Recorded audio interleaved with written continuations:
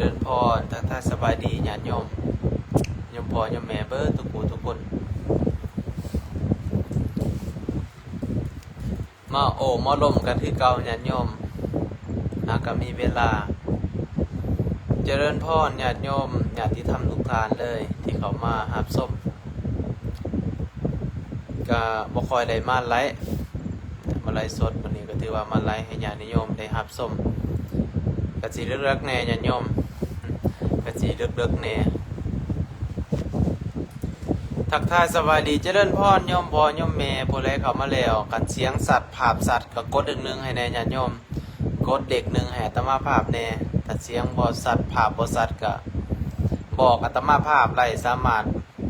พิมพ์ลงไล่บอกไล่ได้ญาติโยมเด้อ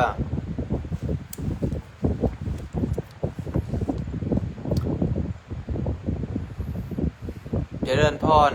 ญาติโยมโยมพ่อโยมแม่เจริญพรไม่ออกรัศมีแล้วก็ไม่ออกวงบ่อค่ำแล้วก็ไม่ออกแมวแน่นเนาะไม่ออกแน่นทองคำดีแต่ก็เจริญพรญาติโยมเบิดทุกคนนมัสการขอหน่อยพระอาจารย์บุญเหลือบุญญาจิตโต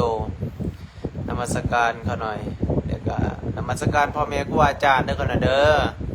แล้วก็เจริญพรญาติโยมอีพ่ออีแม่เบิดทุกคนขอหน่อยวันนี้ถือว่าเป็นวาระโอกาสดีก็เลยว่าอะไรมาไลฟ์สดให้ญาติโยมได้รับชมในส่วงสิเลิกเลยแหละเนื่องจากว่าฮักกวางเบียกนมัสการขอหน่อยนมัสการเจริญพรคณะญาติโยมญาติธรรมทุกท่านเด้อ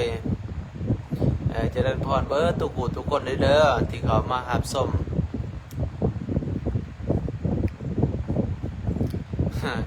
ไม่ออกสิงค่ำ11ว่าสั่นบ่แม่นเด็กหมาดีเด็ก11ซื่อๆดีเสียงโอเคเนาะภาพโอเคสาธุบุญนำญาติโยมเบิดทุกคนบ่มีภาพซ้อนเนาะบ่มีแบบเสียงแบบแทรกในเวลาอาตมาภาพเว้าเนาะ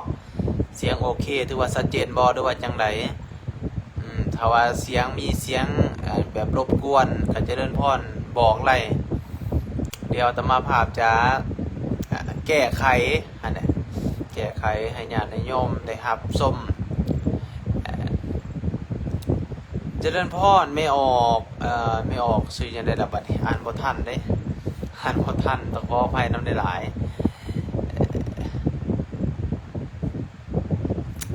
สามารถคอมเมนต์ไล่เลยโยมพ่อโยมแม่เด้อสามารถคอมเมนต์สอบถามไล่เนาะมีหยังบ่สบายใจบ่มีหยังอยากสอบถามก็เจริญพรถามไล่มื้อนี้ก็สิมาบ่ล้นบ่นานปานใดก็สิมาพอประมาณเนาะ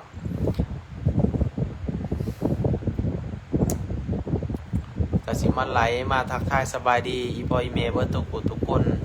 เนื่องจากว่าบ่ค่อยได้ทำการไลฟ์สดญาติโยมอีพ่ออีแม่เฮาอันนี้ก็ถือว่าโอกาสดีก็เลยว่ามาไลฟ์ให้ญาติโยมอีพ่ออีแม่ได้รับชมขอบใจแล้วก็อนุโมทนาญาติโยมที่กดไลค์กดแชร์ให้เด้อผู้ใดเข้ามาแล้วก็อย่าลืมฝากกดไลค์กดแชร์บอกบุญต่อๆกันไปการให้ธรรมะเป็นทานสนาการให้ทั้งปวงได้เพิ่นว่าเจริญพรอีพ่ออีแม่เฮาสบายดีเนาะเจริญพรทักทายสบายดี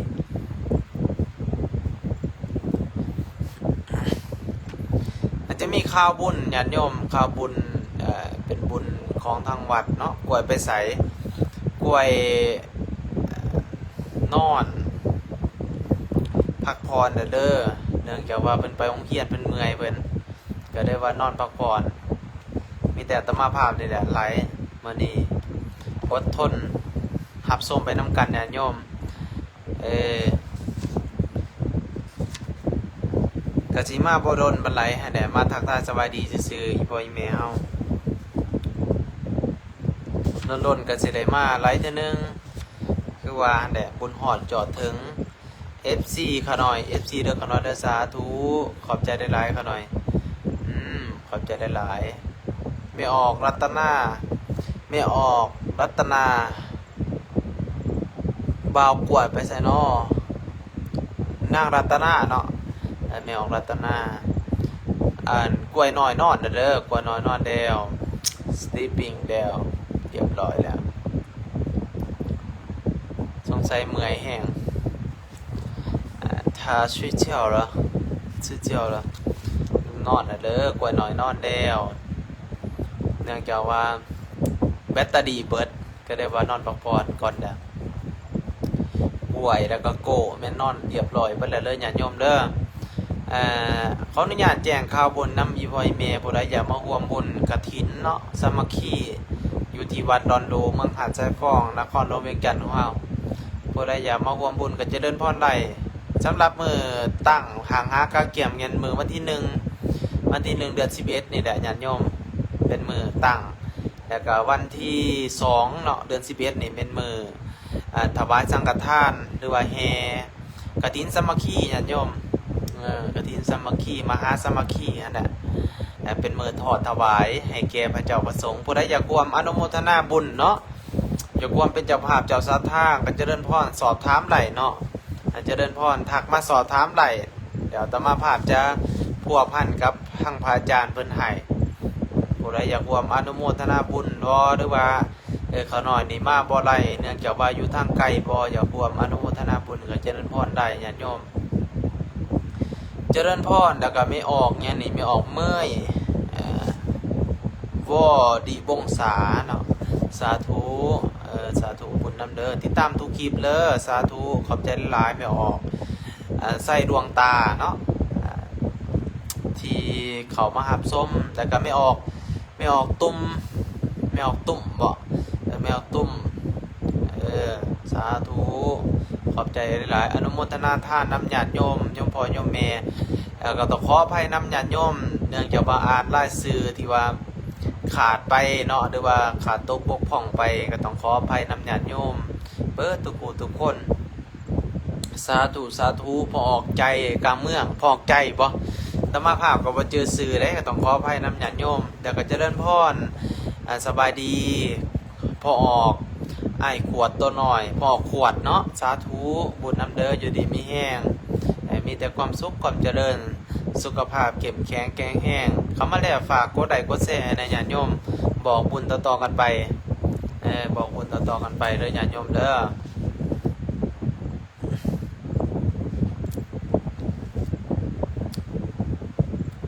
คือเป็นบาได้ญาติโยมชีวิตนับมือสั่นขึ้นวันนับมือเปลี่ยนปีเดือนนับมือใหญ่ความตายนับมือจ่อแสนสิงอก็ฟังอันนี้แหละสังขารคนเฮาญาติโยมเมื่อถึงเวลาแล้วแกสลาไปก็ต้องได้จากโลกนี้ไปเป็นเรื่องธรรมดาสิ่งที่เฮาเฮ็ดไรก็คือสร้างน้ำสร้างคุณงามความดีสร้างน้ำกระทำบุญนมัสการขน่อยพระอาจารย์อ้ายพระอาจารย์บุญษา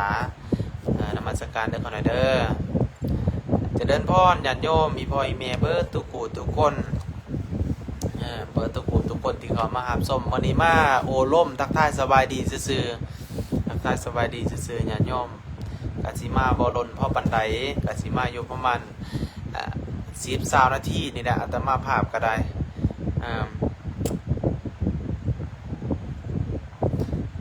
สบายดีเบิดทุกคนเด้อที่เขามาหาชมเด้อสบายดีคือว่ามันเล่งตลอดแท้เวลาหับส้มนะมันเล่งกับตลอดนะมันเป็นยังคือสิบได้มีปัญหาอย่างที่บอกเนาะ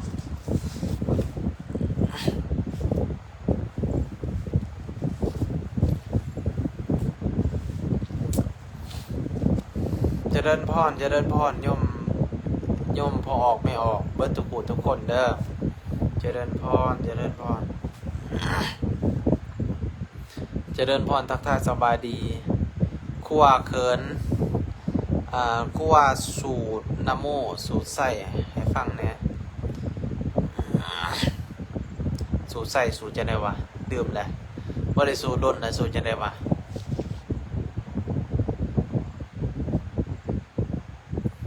มาเป็นนักเทศคือเพิ่นกระทำคือสิบ่เป็นปานใดแหละญาติโยม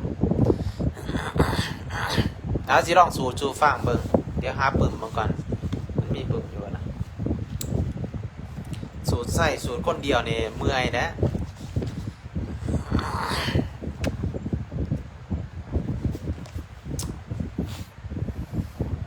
สู่ใส่สู่ฝั่งเนี่ยเดี๋ยว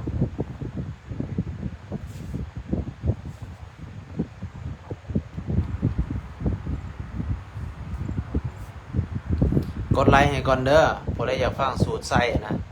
สูตรเอาโศกเอาไส้คือมันว่าหั่นน่ะกดไลค์กดแชร์นะใช่หน่อยมีอยู่นะ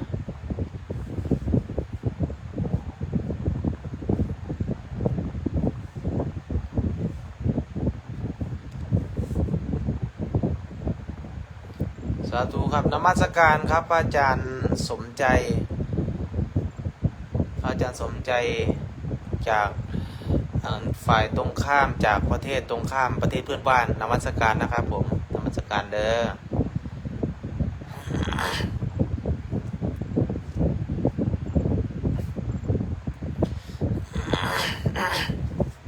เดี๋ยวสู่ไส้สู่ฝั่งญาติโยมโอ้จะได้นอนจะจับจะได้แล้วปะเนี่ยเดี๋ยวอาตมาภาพขออนุญาตเบิ่งเลยเด้อเพราะว่าบ่จือก่อน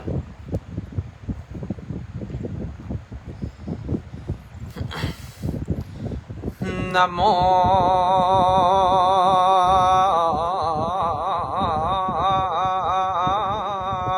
มิมะโพธันติ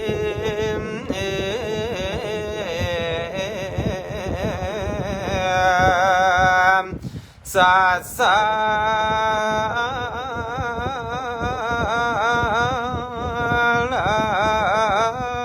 ตนะตัญญธรรมิกาเตสะปัสสิทธิปัสสิทธิวานาดาญาปารมิสาวาราสิทธิปุมมาจามอินทาจาจตุโร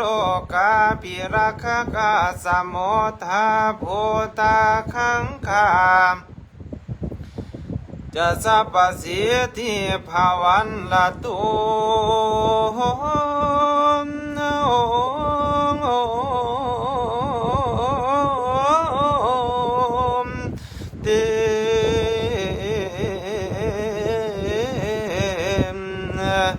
โอ้ยบ่ไหวที่คนเดียวนะ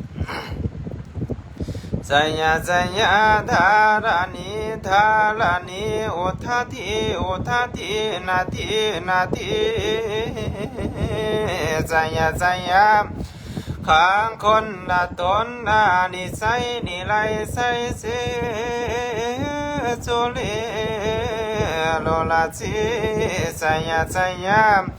คำพีนาสมพีนาเขียนตานาเกปิสาจะโพตากาลีสัญญาสัญญาทุนนิมิตาโลกีสัญญาสัญญาเสียงเกโสตาคานาโมคาสังสัญญาสัญญาวาลุนนะโมคาสตาสัญญาสัญญาจัมปาทินากากุลลาทากันสัญญาสัญญาข้างคนละโตลงสุรโพสงสีหาพญาคาติปาสัญญาสัญญา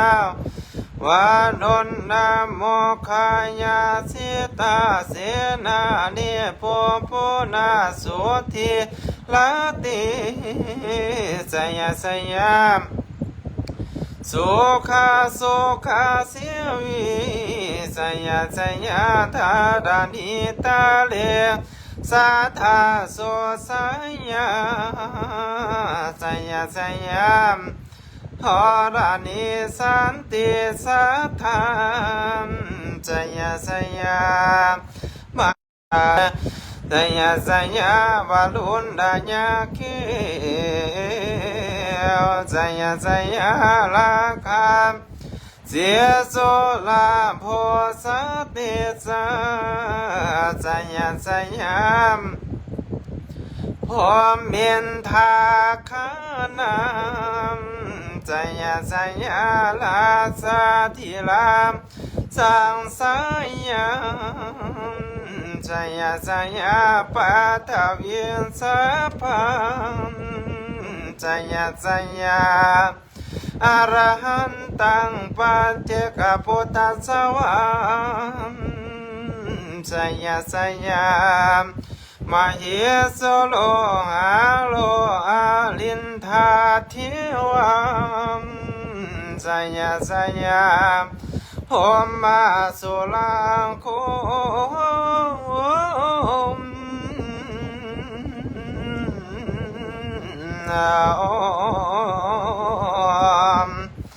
สยะสยะนาโควิรุณหะโก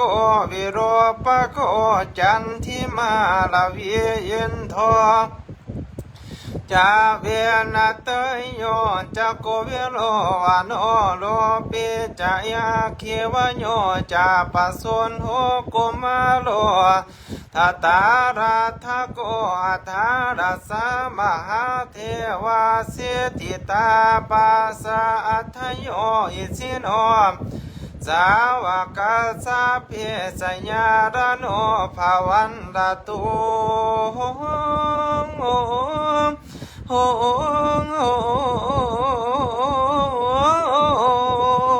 เต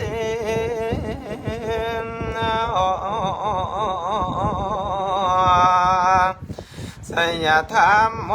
จาสังโฆจาทัสสะปะโลจะสยกังเอเตนะ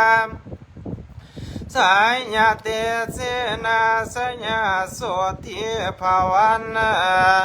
ละตุ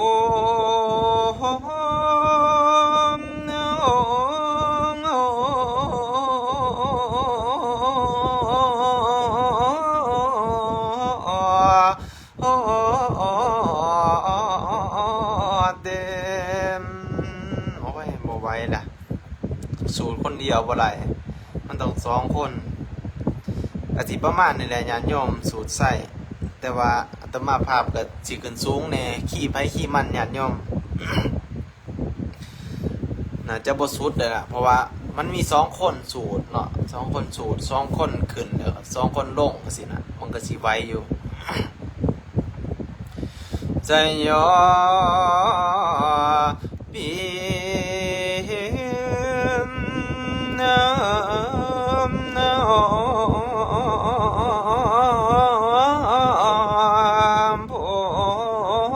ตัสสะสิริมันโตหันยังมาลาสาจาปาปิมันโตปาราสโยโอโกสัญโยโหติมันเลพะโมติตาสยังตถาพมมาคานา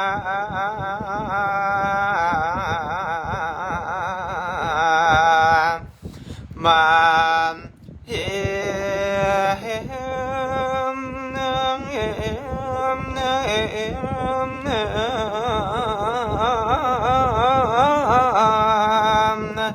เส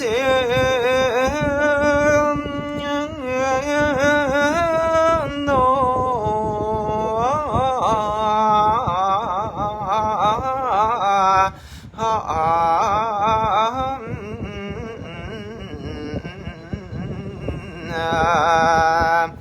ใจโยปิ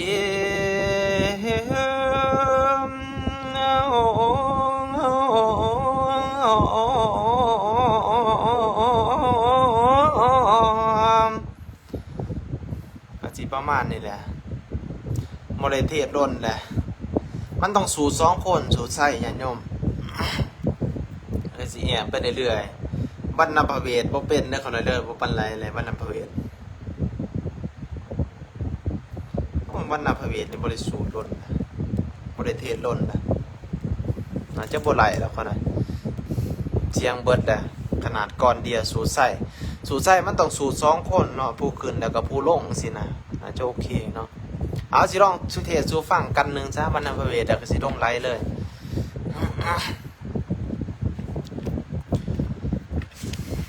บ่ได้สูตรร่นแล้วบรรณพเวท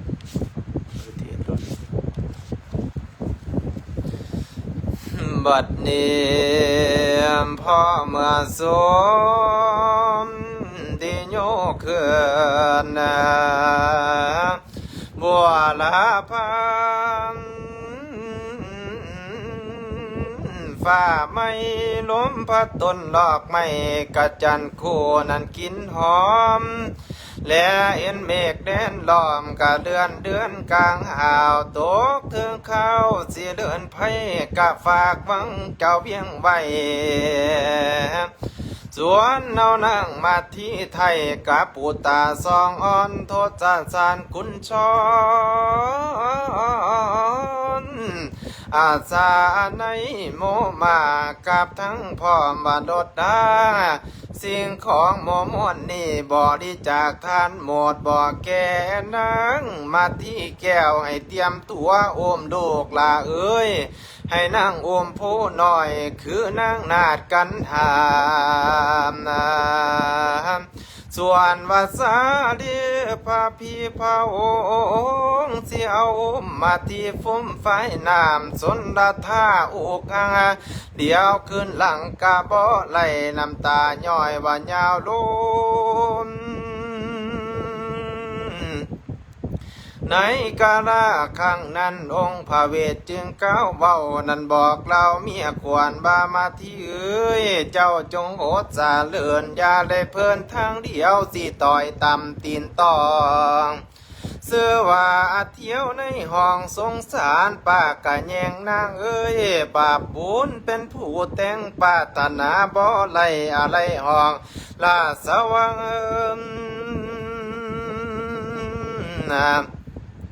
แต่ก่อนเนาอยู่ยังเสวยลาดเป็นกษัตริย์เดี๋ยวนี้เฮาพ้อยพันสิภาคหวังเจ้าเวียงใบนางอย่ามัวเมายานการเดินทางสิหยุดย้อนมาที่เอ้ยหน่อยนึงแลดสิหอนตีนน้องสิเปื่อยพมพระเวทเบาต้อนองอ้อมป่าดมขวานขาวเมื่อพลอยเบียงวังให้เบิ่งกันทอเด้อนองบุญพาลาน้ำปองคงเสียขึ้นนครเดชเหตุมันเป็นจังสีคอยสร้างความพี่สายนั้นต่อหน้ามาที่เอ้ย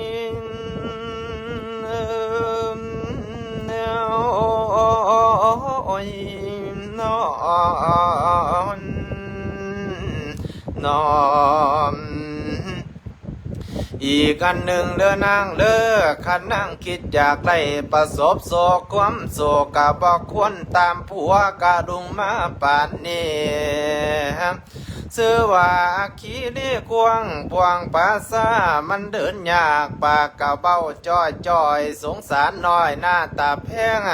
ข้างนานเป็นดาดูแหลงป้าไม่ปองสีลงแหลงได้ยินแมงเดไล่จากกันอีแมงงวามไล่ยินเข้าคันทามเสียงท้องลังวิบอนยินสะอ้อนทำให้มาที่ไทยนั้นมุนมอง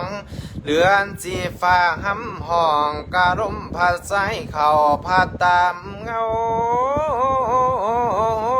สาขาสัวป่าเดียวกาเลยใหญ่กายไปแล้วเดี๋ยวขึ้นหลังเมื่อจุ่มกุ้มเห็นแต่ฟ้าห่อหุ่มรถควมกลุ่มทั่วทาลามเดือนใหญ่นะผ้าภาคเมฆ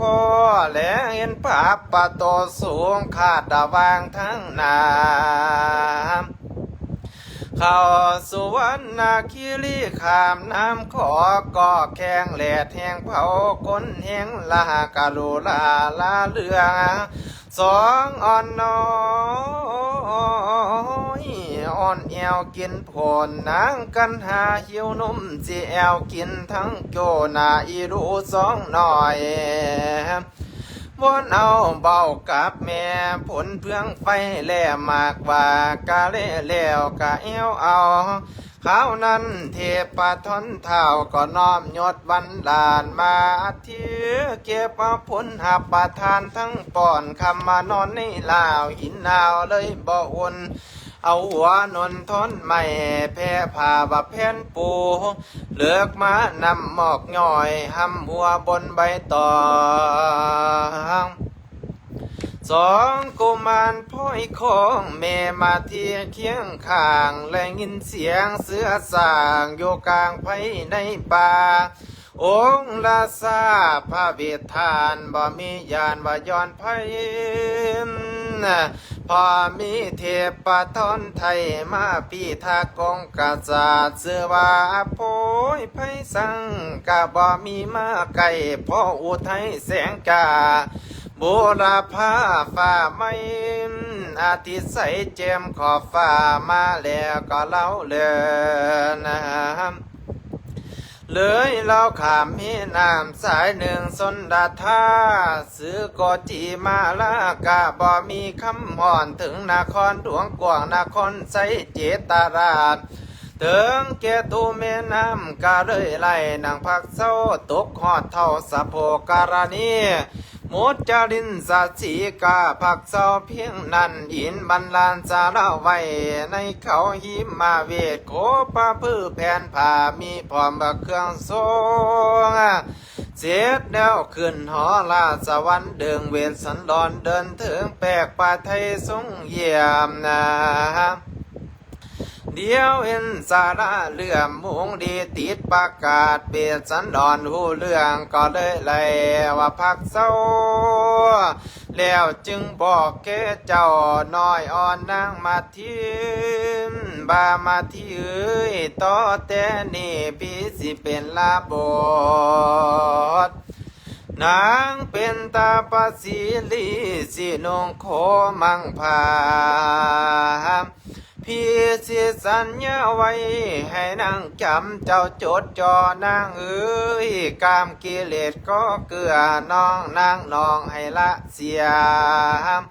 หาวเสียวำเพ่นสร้างปารามีสัวฟังเนาจาลาคนละหลังกาละคังบอกคือข้าวนางหับเอาหมดเดียวย่อปากก่อนก้มกราบสัญญาคาหับใบสิมุดทวนกุสุอามอีกอันหนึ่งเดินนางเรือปกตินางนั่นในเขาปางหาหัวมันส่วนกันหาสาดีฝากภาษามีไว้ไปในไผ่ลงเล่าตาวินแหลงก็ให้กับตาหูประทำต้นเท้าอย่ามีให้บับฝืดเครื่องโอจะเลี้ยงลูกน้อยกับทั้งพอพาลือสีลวงมานานหลายเดือนกับบ่มีคำหอนนับและเจนเดือนขอนแต่แฮมไพ่ภาคเทียนอดสากินมากไม่ต่างเขาบายุไพ่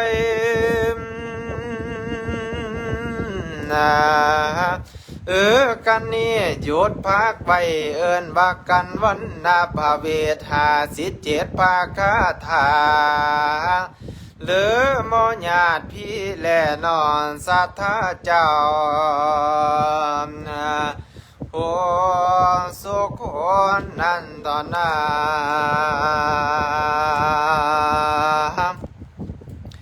สาธา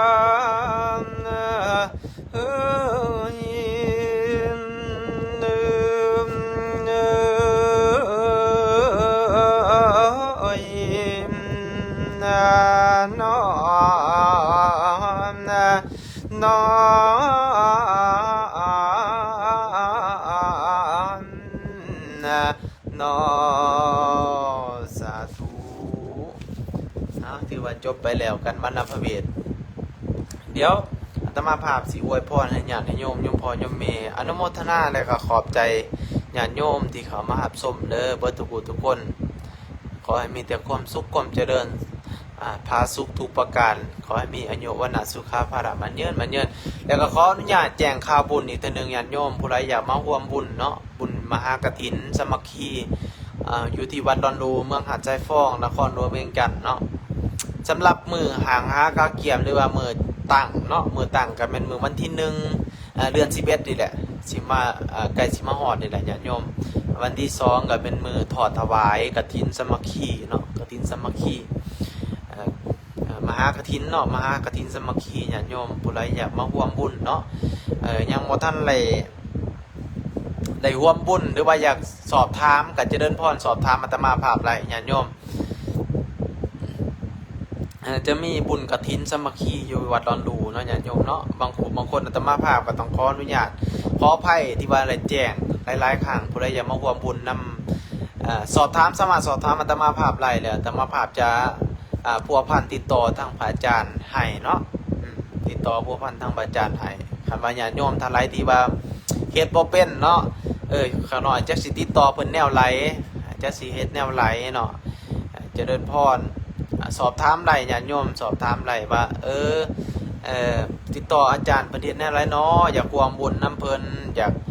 เป็นเจ้าภาพเจ้าศรัทธาบ่อยากเป็นเจ้าภาพเจ้าศรัทธาต้นปารมีบ่เจริญพรสอบถามได้เนาะอาตมาภาพก็เป็นเพียงซื้อให้ออกตนญาติโยมได้รับรู้นำกันในงานบุญเนาะผู้ใดอยากร่วมบุญก็บ่ได้ถึงขั้นว่าท่านจนแบบ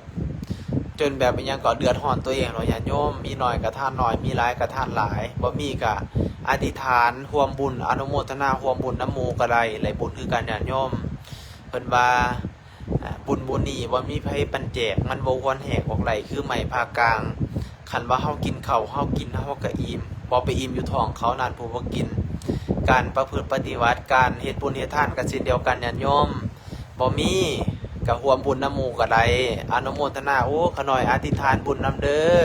เพิ่นได้เฮ็ดบุญศีลกินทานขน้อยบ่มีปัจจัยบ่มีเงินมีทองขน้อยขออนุโมทนาร่วมบุญนำเพิ่นเด้อเกิดสัตว์ใดขน้อยก็ขอให้ขน้อยนี่ได้ร่วมบุญนำเพิ่นต่อๆกันไป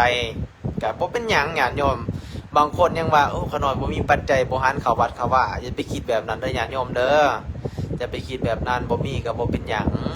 อนุโมทนาบุญนำเพิ่นก็หลายบ่เป็นหยังญาติโยมอย่าไปคิดหยังหลายอย่าไปซีเรียสหยังหลายญาติโยมเฮ็ดแล้วสบายใจเฮ็ดไปโลดอีหยังก็แล้วแต่เฮ็ดแล้วสบายใจอาตมาภาพมักจะเว้าเรื่อยๆมักจะเว้าเรื่อยๆว่าเฮ็ดหยังแล้วรู้สึกสบายใจเฮ็ดไปโลด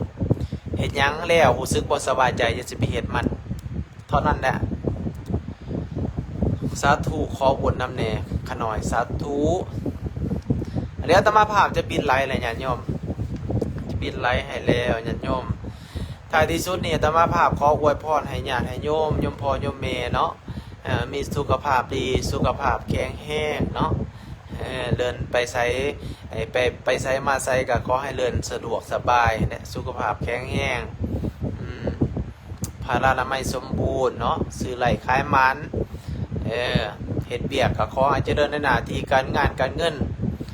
สำเร็จทุกประการผู้ใดเฮ็ดหน้าก็ขอให้รวยทั้งเข้าผู้ใดเฮ็ดสวนก็ขอให้ไหลหมากไหลผลได้หลายผู้ใดเฮียนก็ขอให้เฮียนให้เก่งเสียงให้ไหลเด้อนอนหลับฝันดีเบิดทุกผู้ทุกคนเดี๋ยวอาตมาพาไปแล้วอยู่ดีมีแห้งเด้อสาธุ